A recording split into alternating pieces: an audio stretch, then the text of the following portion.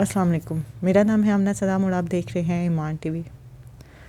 دیوی دیوتا کیسے وجود میں آئے، فرشتوں کی کیا حقیقت ہے۔ آپ اس کو ایک چھوٹی سی مثال سے سمجھ سکتے ہیں، جیسے گھر میں اگر ملازمین ہیں تو ملازمین کے ذمہ ڈیفرنٹ کام ہوتے ہیں۔ ڈیفرنٹ ملازمین، باہر جانے کے لیے ملازم کا اور کام ہوتا ہے، گھر کے لیے اور کام ہوتا ہے اور ملازم ہوتا ہے۔ یا اگر ملازمین نہیں بھی ہوتے تو ہم نے اکثر دیکھا ہے، ہم اس چیز کے آبزرور ہیں کہ جو کام ہوتے ہیں گھر میں وہ ڈیفرنٹ لوگ ڈیفرنٹ کام کرتے ہیں۔ کھانا بیویاں بناتی ہیں، باہر کا سامان بچے لاتے ہیں یا بیٹے لاتے ہیں یا بیٹیاں کچھ اور کرتی ہیں۔ اس طرح جو معاملات ہوتے ہیں وہ گھر کے چلتے ہیں، لیکن گھر کا سربراہ ایک ہوتا ہے۔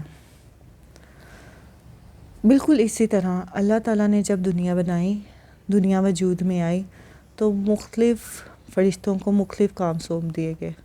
جیسے جان نکالنے کے لیے اور فرشتے ہیں، رزق کے لیے اور ہیں، نیکی لکھنے والے جو ہیں ہمارے وہ اور ہیں۔ ہر فرشتے کے ذمہ ان کو علیحدہ علیحدہ کام دے دیا گیا۔ گھر ہے نا گھر کی، لیکن سربراہ جو ہے وہ صرف ایک ہے۔ لیکن ہوا ایسا کہ پرانے وقتوں میں جب بات تو ہوتی تھی گناہ نیکی، سارا کچھ انسان کو جو باطل ہوتا ہے، جو یہ دل ہوتا ہے، جو آپ کی سوچ ہوتی ہے، وہ سارا کچھ آپ کو صحیح اور غلط کی تمیز بتاتی ہے۔ لیکن ہوتا یہ تھا جو شرک میں آ گیا، جیسے ہی لوگوں کو اس چیز کی اویئرنیس ہوئی کہ فلاں کام فلاں فرشتہ کرتا ہے، فلاں کام فلاں فرشتہ کرتا ہے، تو ان لوگوں نے ان کو دیوی دیوتاؤں سے منسوب کر دیا۔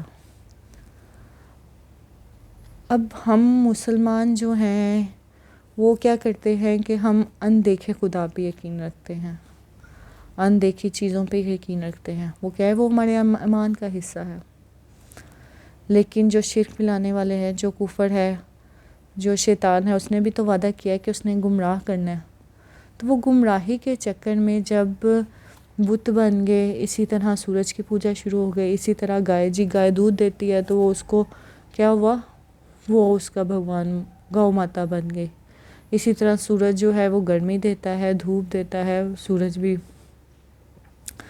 یہی نہیں، اور بھی بہت سی چیزیں، آگ کی پوجا کی جاتی ہے، چاند کی پوجا کی جاتی ہے، اس کے علاوہ بتوں کی پوجا کی جاتی ہے، اور بہت سی ایسی چیزیں جو ہم نہیں جانتے، بہت سی ایسی رسومات جو ایک شرک کے زمرے میں چلے جاتی ہے۔